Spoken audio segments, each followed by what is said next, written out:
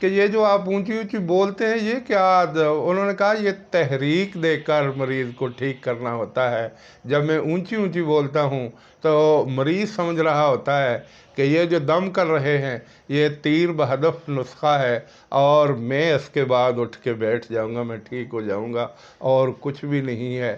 تو کیپٹن اختر راز کہتے ہیں کہ اس کے بعد پھر قصور سے ایک اور ایسی بچی میرے پاس لائی گئی، تو میں نے اونچی اونچی بولنا شروع کر دیا۔ اچھا بچی نو اے مسئلہ ہے تو مسئلہ ہی کوئی نہیں، منٹج میں حل کر دینا ہے۔ میں نے یہ جرمنی سے بڑے مہنگے انجیکشن منگوائے ہیں اور میں ابھی لگاتا ہوں اور یہ 5 منٹ میں ٹھیک ہو جائے گی۔ تو کہتا میں اس کو لارجیکٹل انجیکشن لگا دیتا۔ لارجیکٹل عام طور پہ گولیاں اور انجیکشن یہ الٹی اور قے روکنے کے لیے لگائے جاتے ہیں۔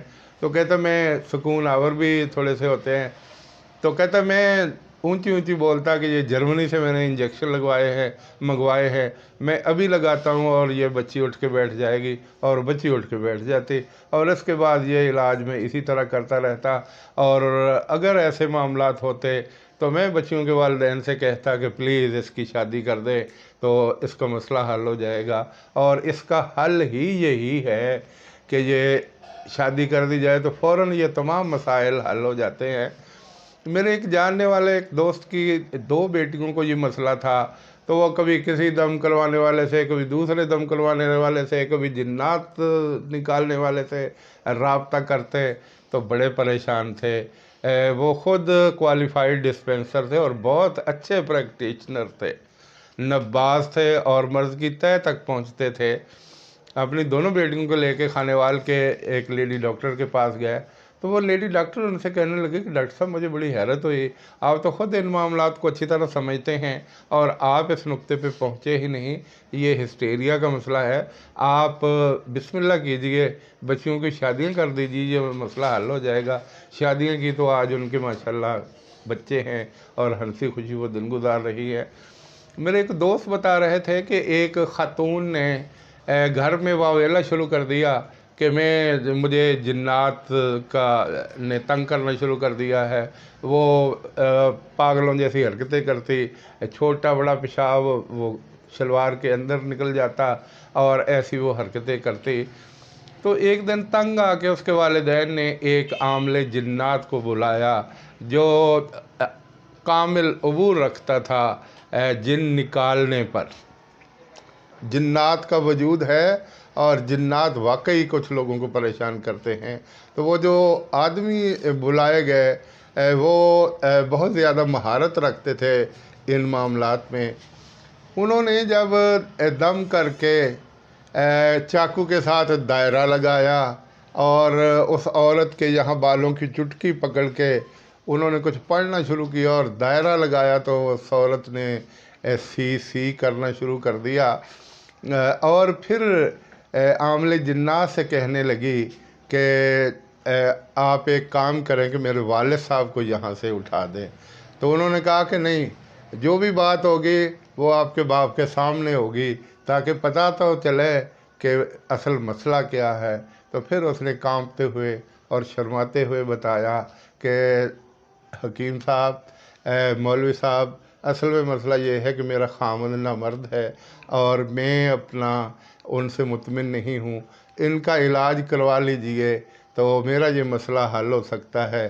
جب میں ان مراحل میں ہوتی ہوں تو پھر مجھے پتہ نہیں کیا ہوتا ہے، میرے دماغ کو کوئی چیز چڑھتی ہوئی محسوس ہوتی ہے، غبار سا اٹھتا ہے تو میں بے ہوش ہو جاتی ہوں۔ تو وہ اس کے ابو رو پڑے، اس نے کہا بیٹا اگر یہ مسئلہ تھا تو آپ مجھے نہیں بتا سکتے تھے، آپ کی امی کو ہی بتا دیتی، کسی اپنی نند کو، کسی اور خاتون کو بتا دیتی کہ یہ مسئلہ ہے۔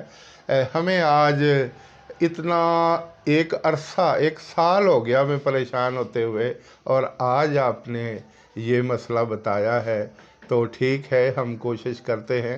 تو وہ عامل جنات اور اس کے ابو سے کہنے لگے کہ آپ اس کا علاج، خامن کا علاج کروا دیجئے، یہ انشاءاللہ ٹھیک ہو جائے گی۔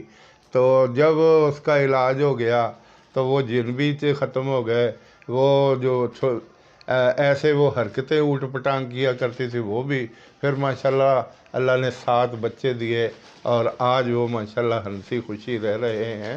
تو ایسے واقعات ہوتے ہیں، ہم ان کو جنات کا نام دے لیتے ہیں، نہیں، یہ ہسٹیریا ہوتا ہے، اور اس ہسٹیریا کی وجہ سے بہت سے والدین پریشان ہوتے ہیں۔ اس کا بہترین حل تو یہ ہے کہ جب بچہ یا بچی جوان ہوں تو فوراً ان کی شادیاں کر دی جائیں۔ جب شادیاں نہیں ہوتی تو خاص کر لڑکیوں کے اندر، نوجوان لڑکیوں کے اندر ایسی علامات دکھائی دیتی ہیں، ایسی اوٹ پٹانگ وہ حرکتیں کرتی ہیں جیسے جنات کا حملہ ہوا ہے۔ وہ جنات کا حملہ نہیں ہوتا، وہ ہسٹیریا ہوتا ہے، اور اس کا بہترین علاج وہی ہے جو میں بار بار جس کا ذکر کر چکا ہوں۔ تو میں والدین سے ملتمس ہوں کہ میں نے یہ ٹاپک اس لیے آج ٹچ کیا۔ حقیقت ہے کہ ایک باپ ہوتے ہوئے، ایک بیٹی اور بچوں کا باپ ہوتے ہوئے شاید میں مناسب نہیں سمجھتا تھا، لیکن میں نے قصداً ایسا کیا کہ بہت سے گھروں میں یہ مسئلہ ہے۔ اگر آپ کے یا میرے گھر میں ایسی پریشانی ہو تو پریشانی تو بہرحال ہوتی ہے، اس لیے اس کی طرف توجہ دینی چاہیے۔ اور جس طرح میں نے وہ مختلف واقعات بیان کیے ہیں، اس پریکٹیشنر کا ذکر کیا ہے کہ وہ اپنی جوان بیٹیوں کو اس حالت میں لے کے ایک سینئر لیڈی ڈاکٹر کے پاس گئے، تو انہوں نے کہا کہ آپ تو سمجھدار ہیں، اصل مسئلہ ہسٹیریا کا ہے، ان کی شادیاں کر دیجئے، یہ مسئلہ حل ہو جائے گا۔ جب شادیاں کر دی گئیں تو وہ مسئلہ حل ہو گیا۔ تو صاحب یہ ہے ہسٹیریا، جس کی علامات جنات کے حملے سے ملتی جلتی ہوتی ہیں، لیکن وہ مرض ہوتا ہے، اور اس کا علاج اور اس کے تدارک کے لیے اگر انسان تھوڑی سی محنت کر لے، تھوڑی سی سوچ و بچار کر لے تو مسئلہ حل ہو سکتا ہے۔ تو صاحبو، انہی معلومات کے ساتھ میں اپنی گفتگو کو اختتام کی طرف لے جا رہا ہوں۔ اللہ تعالیٰ آپ سب کا حامی و ناصر ہو۔ آپ سے بس ایک التماس ہے کہ چینل صدائے جہانیہ کو سبسکرائب کیجئے، تاکہ ہر ویڈیو پہلی فرصت میں آپ کی قدم بوسی کرے اور آپ اس سے استفادہ کر کے اپنی معلومات میں اضافہ کر سکیں۔ والسلام۔